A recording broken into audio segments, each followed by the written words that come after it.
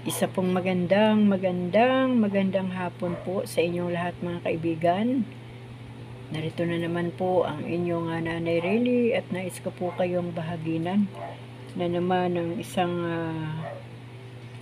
magandang balita mula sa ating Panginoon, mula po sa kanyang salita. Ako man po ay nanonood din ng mga balita ng mundo dahil nais din po nating malaman kung ano na po ang nangyayari sa iba't ibang bahagi ng mundo. Ano po?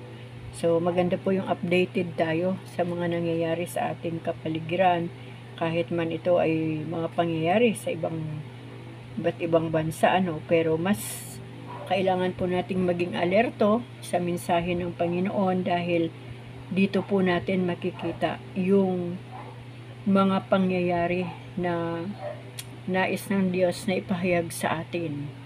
At muli ay inaanyayahan ko po kayo sa Lucas chapter 21 verse 34 hanggang 36. Ang title po nito ay Mag-ingat Kayo. Sabi po dito, mag-ingat kayo na huwag magumon sa katakawan at paglalasing at mabuhos ang inyong isip sa mga intindihin sa buhay na ito. Baka abutan kayo ng araw na yaon na hindi handa, sapagkat darating iyon ng di inaasahan ng tao sa buong daigdig. Kaya't maging handa kayo sa lahat ng oras. Lagi ninyong idalangin na magkaroon kayo ng lakas upang makaligtas sa lahat ng mangyayaring ito at makaharap sa anak ng tao. Purihin po ang ating Diyos sa oras na ito sa pagkabasa po natin ng kanyang salita. Nawa po ay nasundan niyo po ako, nawa po ay may mga Biblia kayo para mapatunayan niyo rin po na ang aking binabasa ay halaw sa aklat po ng Lucas. So purihin po ang Panginoon dahil ang Diyos po talaga ay sobrang napakabuti. Alam niyo mga kaibigan, ito pong aking ibinabahagi sa inyo every morning po kasi ay meron po kaming D-group through chat group po.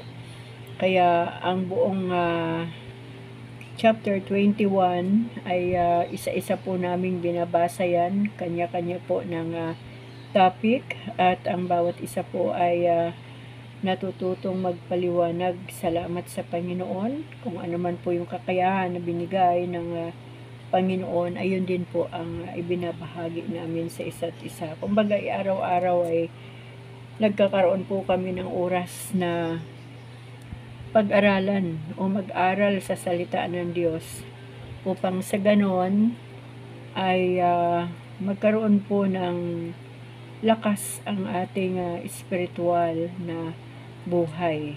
Kaya ayun mga kaibigan, sa ating binasa, uulitin ko, mag-ingat kayo na huwag magumon sa kalakasan at paglalasing at mabuhos ang inyong isip sa mga intindihin sa buhay na ito. Baka abutan kayo ng araw na yaon na hindi handa, sapagkat darating iyon ng di inaasahan ng tao sa buong daigdig. Kaya't maging handa kayo sa lahat ng oras. Lagi ninyong idalangin na magkaroon kayo ng lakas upang makaligtas sa lahat ng mga mangyayaring ito at makaharap sa anak ng tao. Pinapaalalahanan na po tayo ng Panginoon. Ako man po ay sinasabi ko sa aking mga anak, salamat sa Diyos kasi may mga trabaho kayo dahil kailangan ito ng inyong sinimula na pamilya. Nag-asawa kayo, nagkaanak kayo, so kayo na mga anak kong lalaki at babae ay meron kayong responsibilidad para sa inyong mga anak. Ibig sabihin ay lagi ko rin pong pinapaalalahanan ng aking mga anak na huwag ninyong i-focus sa inyong mga ginagawa sa bawat araw ang inyong isipan, kundi ituon nyo rin sa Panginoon, kasi baka ang laman ng inyong puso't isipan ay trabaho na lang at ang inyong mga pangarap. Normal po yun sa isang tao, lalo na sa mga anak natin na nagsisimula ng magkaroon ng sariling pamilya. Normal po yun na mangarap sila at bumuo sila ng magandang pundasyon sa kanilang mga buhay. Ngunit, nagpapaalala din po ang Panginoon na mag-ingat kayo na huwag magumon sa katakawan at paglalasing at mabuhos ang inyong isip sa mga intindihin sa buhay na ito. Ang nangyayari kasi sa panahon ito, kung literal man na ating pag-uusapan yung katakawan. Alam niyo po, uso po ngayon yung word na crave. Yan. Kahit man sa aking mga anak, minsan pag nagkayayaan sila magluto ng isang putahe, pagkatapos kumain, gusto na naman nila yung ganito. Parang walang kabusugan. Kumbaga ginagawa nilang parang libangan ang pagkain. So, kapag ang isip natin ay nasa pagkain na lang, paggising sa umaga, ay buong gabi po yun, ang laman ng ating isipan ay pagkain. Kapag ang buhay ng isang tao ay naka-tune in na lang sa kanyang bisyo, sa paglalasing, ay talagang buong buhay niya po yun. Ang kanya na lang iisipin ay kung paano makainom ng alak. At ang isang tao na ang kanyang isipan ay nakafocus na lang sa mga intindihin sa buhay, ng mga suliranin, ng mga problema. Alam niyo po, sa totoo lang, no? Kapag gumising ka sa umaga, o ginising ka ng Diyos, salamat sa Diyos dahil ngayong araw mga kaibigan ay ginising tayo ng Panginoon, no? Kapag yung unang pumasok sa isip mo ay problema, buong maghapon na po yan. Puro na po yan problema ang laman ng ating isipan. Salamat nga po sa Panginoon kasi ako, pag gumigising ako sa umaga, meron muna akong short prayer yan kasi meron pong gawain ng 4 a.m., meron pong gawain ng 7 o'clock, meron pong gawain ng 5 o'clock. So, mamimili ka lang po doon. Minsan, uma-attend ako ng 4 a.m. Pag may time ako sa 7 a.m., ay uma-attend din ako. Kasi masarap po mag-aral ng salita ng Diyos eh. Ngayon, kapag salita na ng Diyos ang nauna sa iyong isipan, maghapon po yan mga kaibigan. Gustong-gusto mo nang kumain ng salita ng Diyos na para bang hindi ka nagsasawa. Para bang pag umalis ako sa harapan ng aking Biblia at lumipat ako ng ibang lugar dito sa aming munting kubo, parang meron na namang umaakay sa akin, balikan mo yung Biblia mo, magbasa ka uli doon. Parang ganon. So kung ano yung bagay na naroon ang ating puso't isipan, ay yun at yun po ang magiging laman ng ating ginagawa sa bawat araw. Ang isang bagay po na ating ginagawa, kapag ginagawa po natin yan araw-araw, ayun po ang ating kinakasabikan. Kung ang pagkain po ang una nating maisip, masarap kumain ng ice cream. Ang problema, pagkatapos kumain ng ice cream, hindi pa rin nakontento doon sa ice cream. Ano kaya ang maganda pang halo-halo? Okay. Puro mga matatamis, po. So, ang tawag nga po ng Panginoon doon ay katakawan. Kumbaga, huwag kayong maging matakaw. Yan. Tapos, yun, katakawan. Ang sabi po dito ng Panginoon, katakawan, paglalasing, at intindihin sa buhay. Pag dyan po nakafocus ang ating mga buhay sa bawat araw, talagang sira po yan ang araw natin. Hindi po magkakaroon ng oras ang ating buhay para sa Panginoon. Nung araw po kami ng mga nanay dito sa lugar na lugar na tinitirhan, bit-bit namin ang aming mga walis kasi nung araw ng mga bata pa ang aming mga anak, nag-elementary pa lang.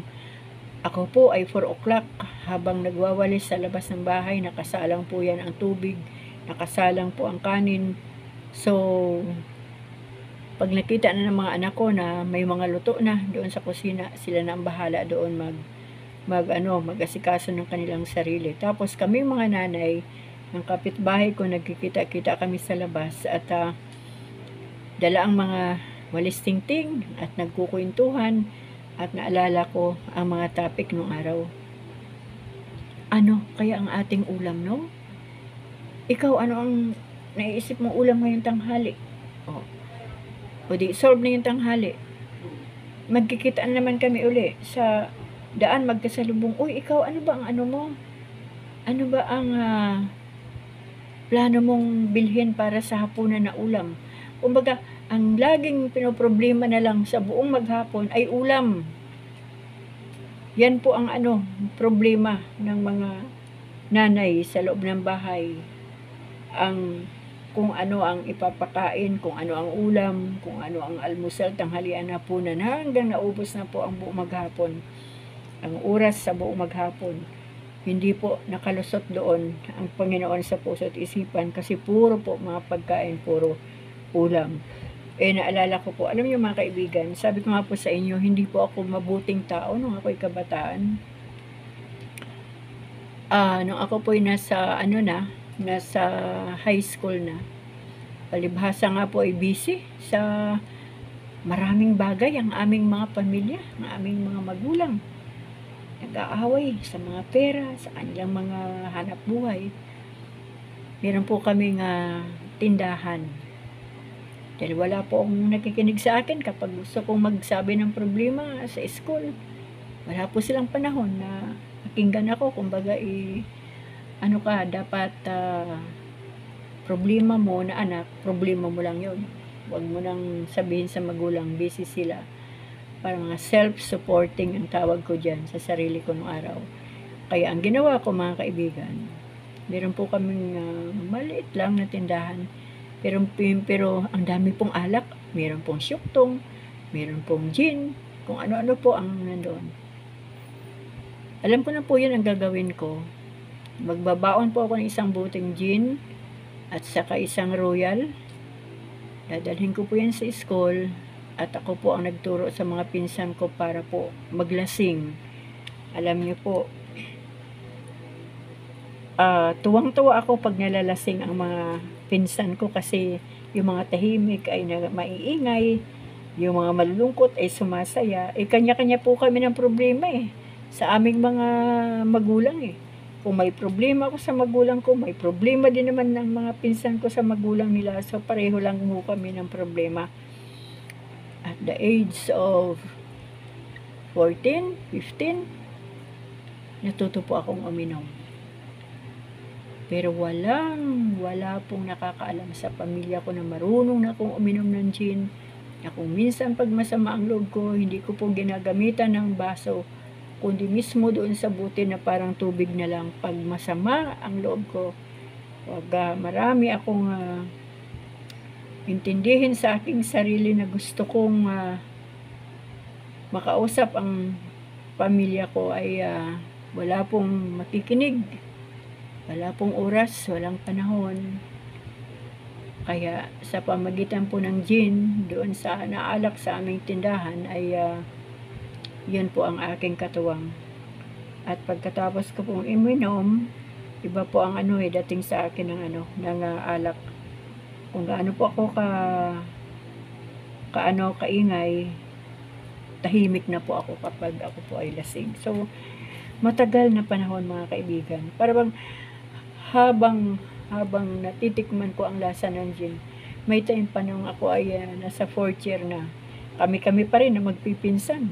Mga pinsan ko talagang manginginom na talaga sila. Pero ako, hindi po ako yung umiinom na tuloy-tuloy. Dumating po sa punto ng buhay ko nung ako po ay parang teka muna, parang pagod na ako ng kainom. Yan.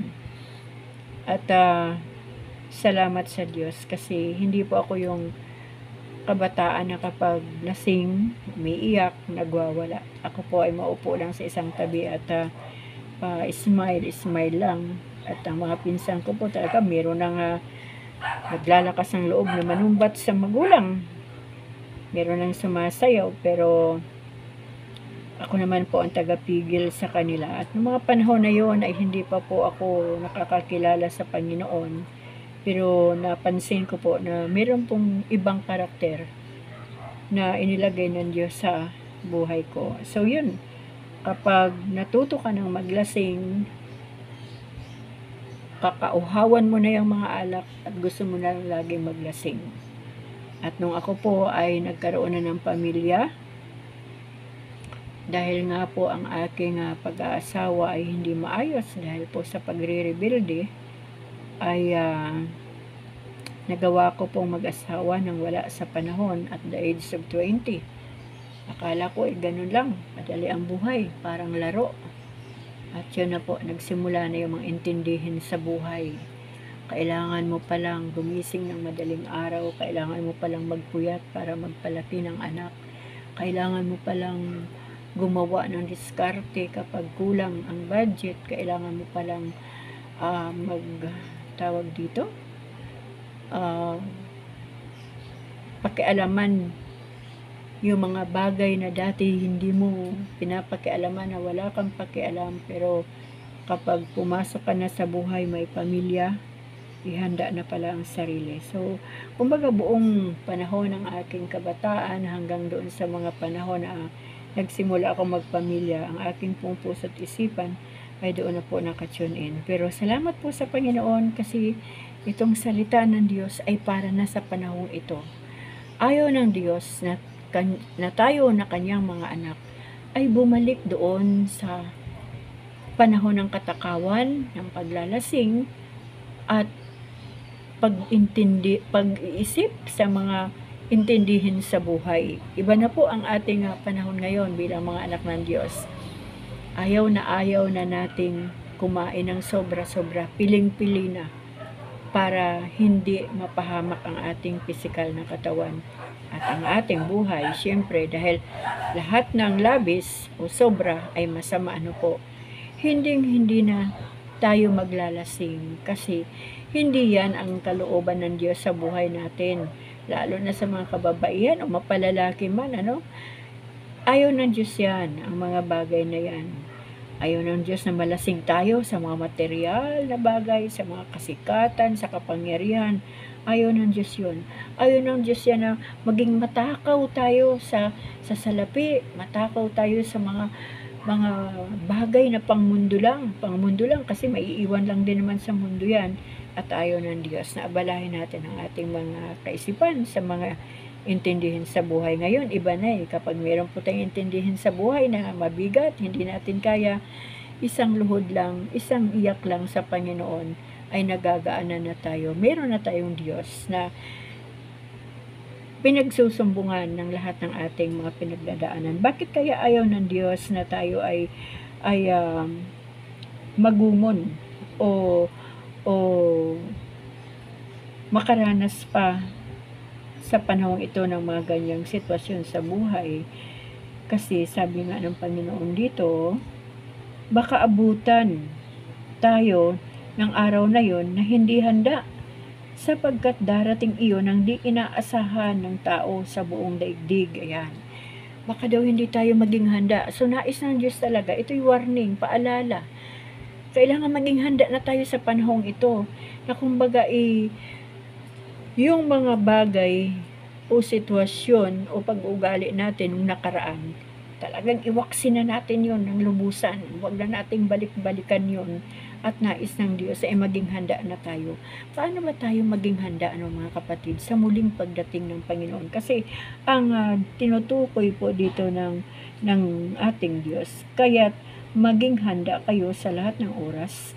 Lagi ninyong idalangin na magkaroon kayo ng lakas upang makaligtas sa lahat ng mangyayaring ito at makaharap sa anak ng tao. Yan po ang lagi kong binabanggit at pinag-uusapan namin sa aming grupo, na kailangan pala magpakatino na talaga tayo sa harapan ng Panginoon. Lagi tayong manalangin para magkaroon po tayo ng kalakasang espiritual. Kasi kung kalakasang pisikal lang tapos patay naman ang espiritual natin, wala pa rin. So ang kalakasan na sinasabi ng Panginoon ay makukuha lang natin ito sa pamagitan ng panalangin na may pananampalataya sa Diyos. Kasi kung hindi natin idadalangin ang ating sarili, ang ating mga pamilya, paano na? Kung walang supply na salita ng Diyos sa ating mga buhay at sa ating mga pamilya, paano na?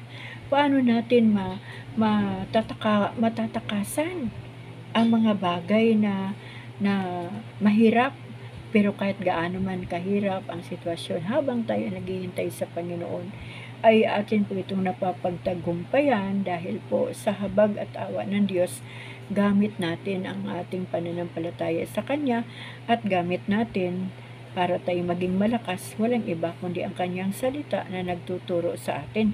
Kaya nga kailangan nating mag-aral sa salita ng Diyos upang sa ganon, malaman natin yung mga lihim ng Diyos. Aba, kapag first time mo itong mabasa, kunyari ikaw ay bagong mananampalataya pa lang, bagong anak ng Diyos, pag nabasa mo ito, meron pala anyang kaguluhan na parating. Tapos, mababasa pa natin dito sa ibang talata na talagang ang buong sanlibutan ay mawawasak, ang mga nasa kalawakan gaya ng mga bituin, gaya ng mga buwan at araw, mga tawag dito, ano pang ang mga planeta ay mahuhulog pala sa daigdig, at ang daigdig pa lang ito ay wawasakin ng Diyos.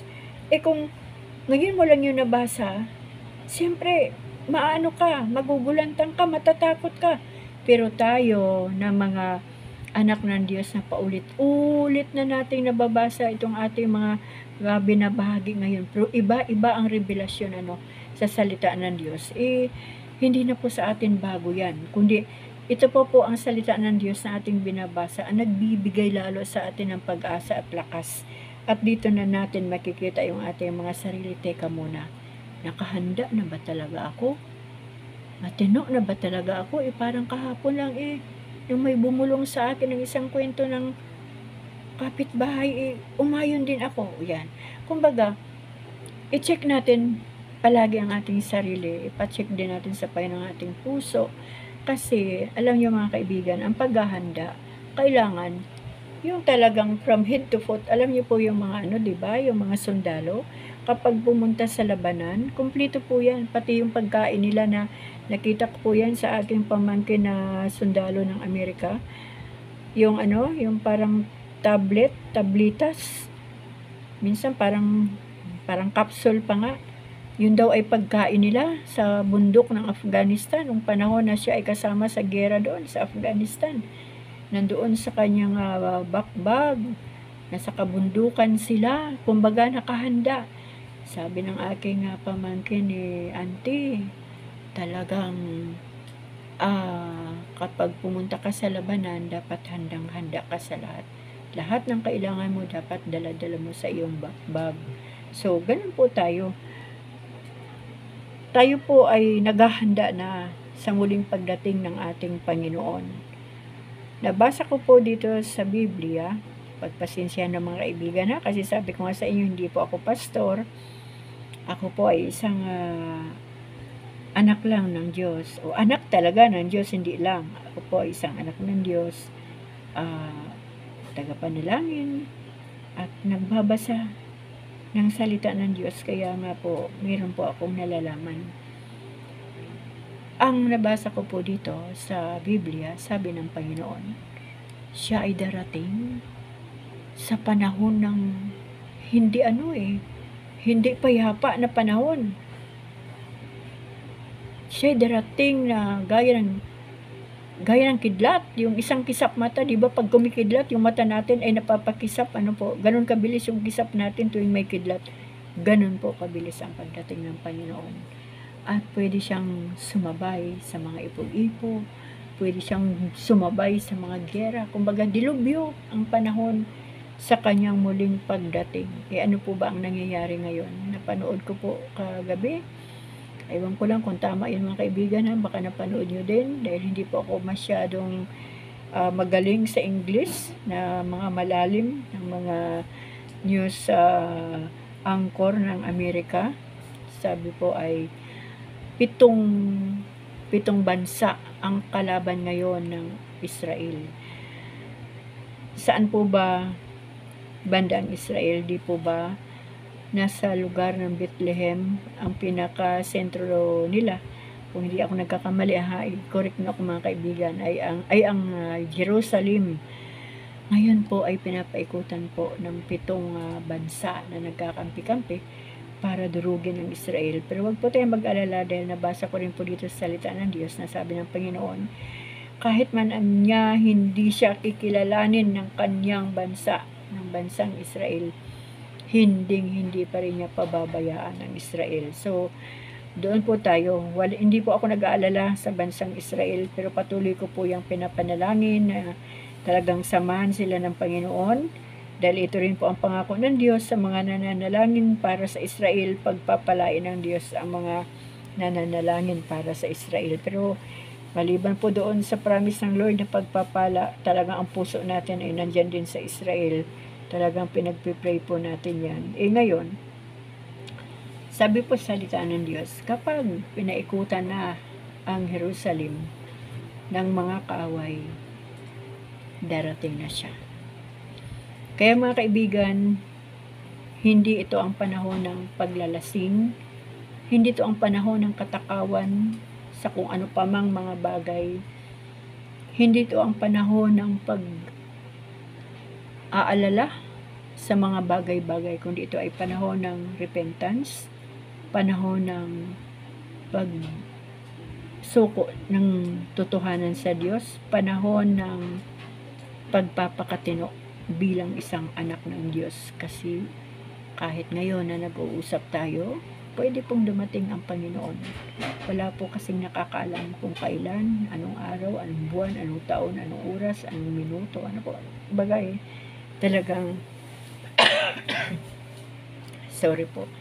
Talaga pong darating ang Panginoon anytime. Kaya, itong warning po ng Diyos dito sa Lucas chapter 21, verse 34 to 36, ay pasalamatan natin ang Diyos. Dahil, bakit ibinibigay ng Diyos sa atin ang mensaheng ito?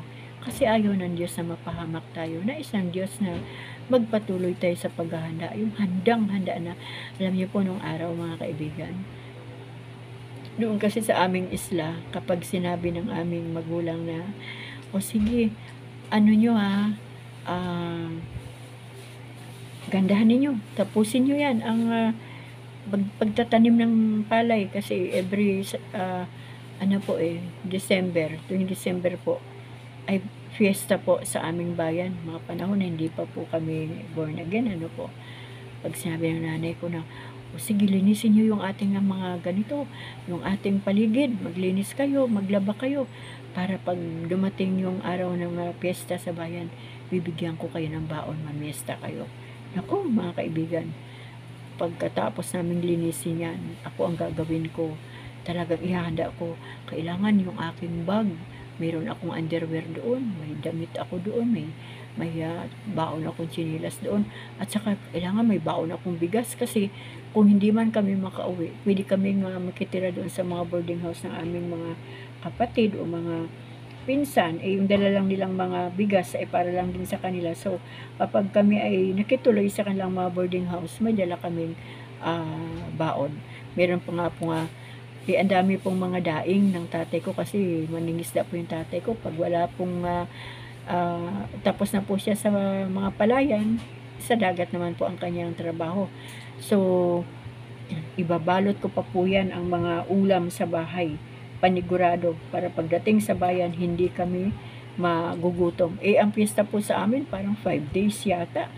Parang 1 linggo kung minsan. So, kailangan mo talagang magbaon. Maliban doon sa pera na binigay ng aming nanay, ay nag-iisip pa kami kung anong pwedeng baunin, pati nga mga hinog na bayabas, nilalagay ko pa sa bag ko. Ganun po mga kabataan namin. Sa panahon po ito, yan po ang gusto ng Diyos, yung maging handa tayo. Maging handa tayo spiritually, lalo na mga kaibigan. Wala po tayong dadalhin sa ating paghahanda sa panahon ito. Hindi po natin pwedeng teka muna, ang aking pera sa bangko, kasi malapit na palang dumating ang Panginoon. Kailangan mailagay ko sa ayos. Kailangan ibigay ko ito sa mga anak ko. Paghati-hatiin ko sa mga anak ko. Bakit? Tayo lang ba ng mga nanay ang mararapture? O di ba kasama yung ating mga sambahayan na totoo din na naghahanda? So, ang ating gawin siguro ngayon, kung ano man ang meron tayo habang wala pa ang Panginoon, baka merong mga nangangailangan diyan na talagang needy talaga, pakawalan po natin para makaimpok po tayo ng kayamanan sa langit. Kasi kung wala po tayong ginagawa na mabubuting bagay dito sa mundo, wala po tayong maiimpok na mga kayamanan sa langit. Pero hindi po yung mabubuting bagay na ating ginawa ang nagiging daan para sa ating kaligtasan. Yan po ay bunga na lang ng ating pananampalataya sa Diyos, ang ating pagiging mabuti. Ano po? So, kumbaga, huwag nang mag-isip. Kumbaga, okay, normal na. Lord, okay na po ako. Pag medyo mahina at parang natatalo ang sitwasyon, luhod at manalangin sa Diyos. Magbukas ng Biblia at magbasa para makita natin kung ano na naman ang mensahe na nais ng Diyos na ibigay sa atin. O diba, araw-araw pag nanood tayo ng news, ina-update tayo sa mga pangyayari, di po ba? So, yan din po, kumbaga kailangan updated tayo, makiramdam tayo, baka tumutunog na ang trompeta, hindi natin naririnig kasi nakasaksak yung mga earphone sa ating tenga. Alam niyo mga kaibigan, mula nang narinig ko yan, hindi na ako naglalagay ng mga earphone sa aking tenga kasi ang naririnig ko lang yung pinapakinggan kong music o kung ano pa man. Baka tumutunog na ang trompeta, hindi ko marinig. So, maging alerto po tayo at maging sensitibo po tayo sa mga nangyayari sa bawat araw. Basta ang nais lang Diyos dito ay maging handa tayo lagi upang makaharap tayo sa anak ng tao, sa ating Panginoong Jesucristo. Dahil ang ating Panginoon ay hindi naman bababa dito sa lupa, kundi tayo po ay imimit niya dyan sa mga ulap, hanggang dyan lang siya sa ulap. Ang sarap na po yun, di po ba?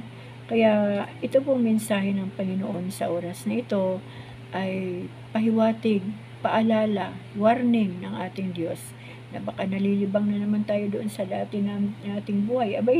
Dumistansya na po at limutin, talikuran na ng lubusan ang mga buhay na hindi tama sa harapan ng ating Panginoon, at tayo po ay magpakatino na talaga ng husto, upang sa ganon, anytime man po na dumating ang ating Diyos, nakahanda po tayo.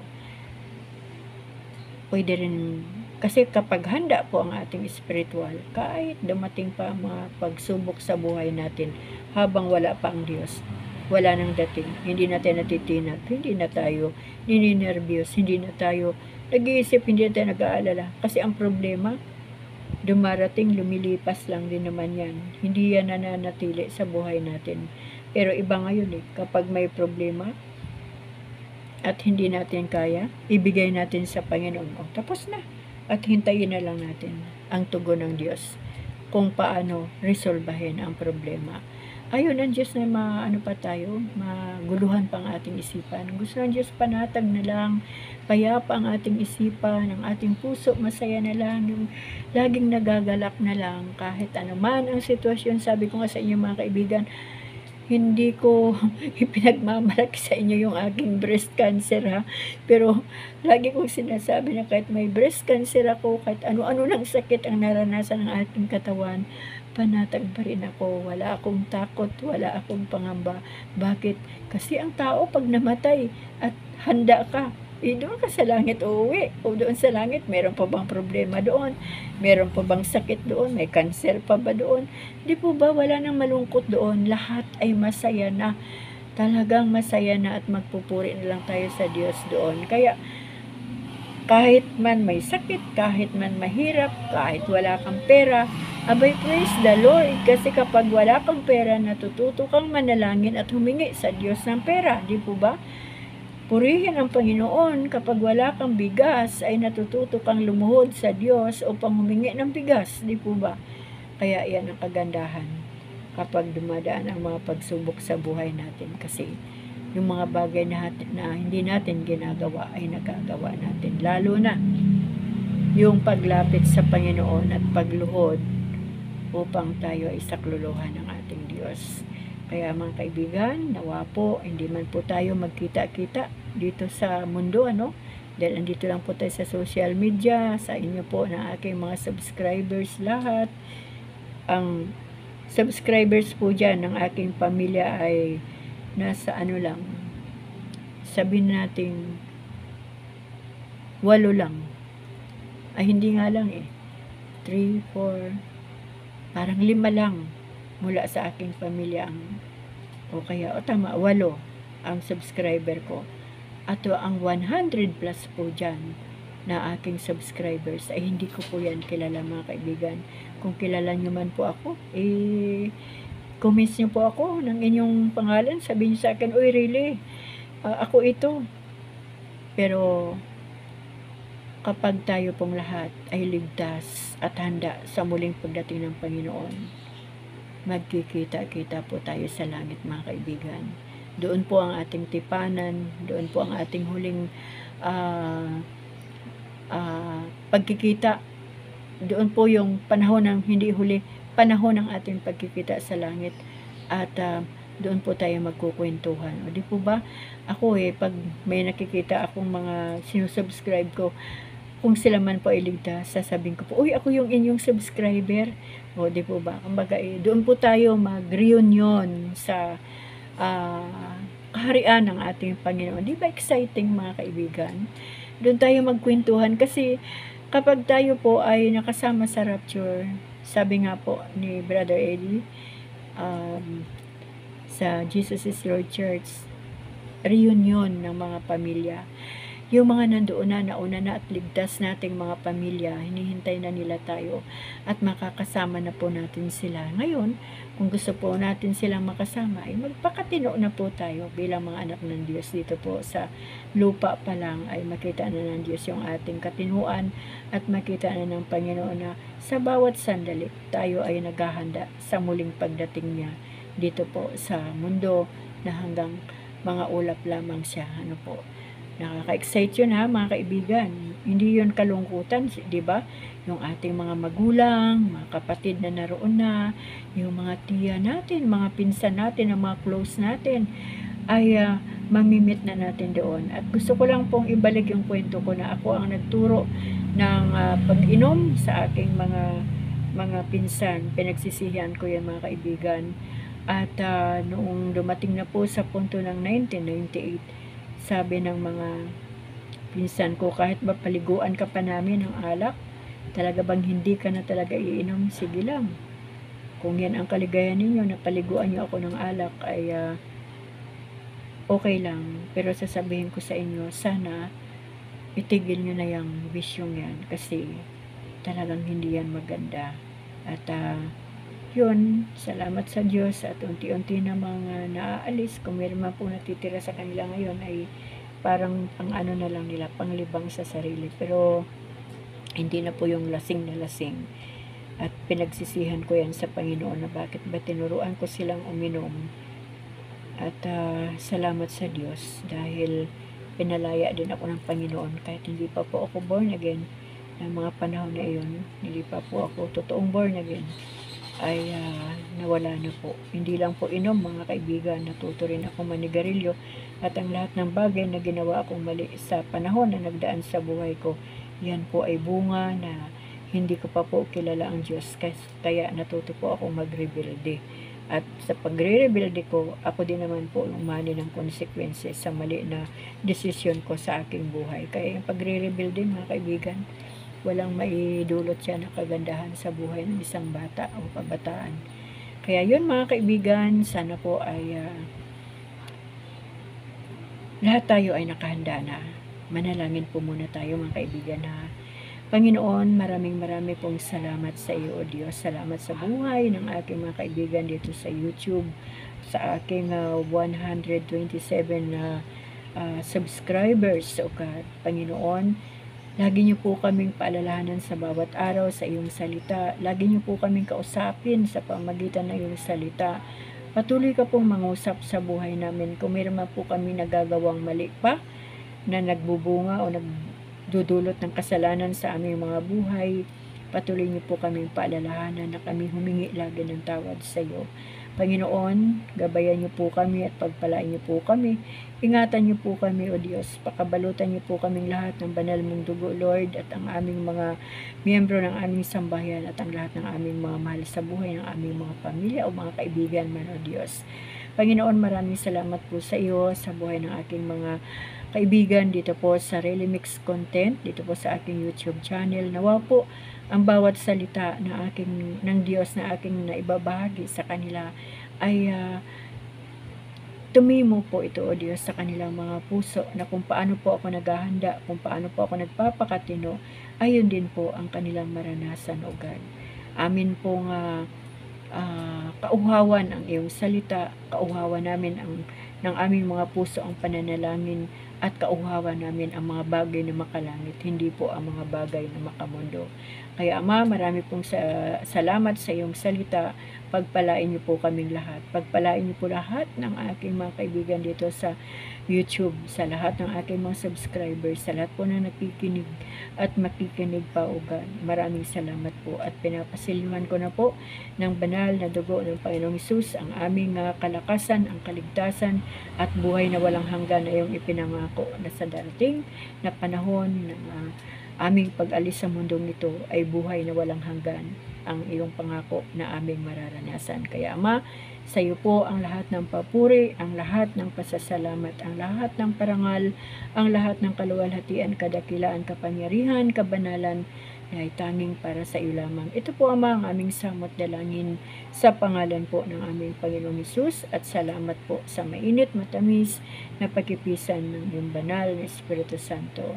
Ito po ang mga aming samot dalangin sa pangalan ng aming Panginoong Hesus. Amen.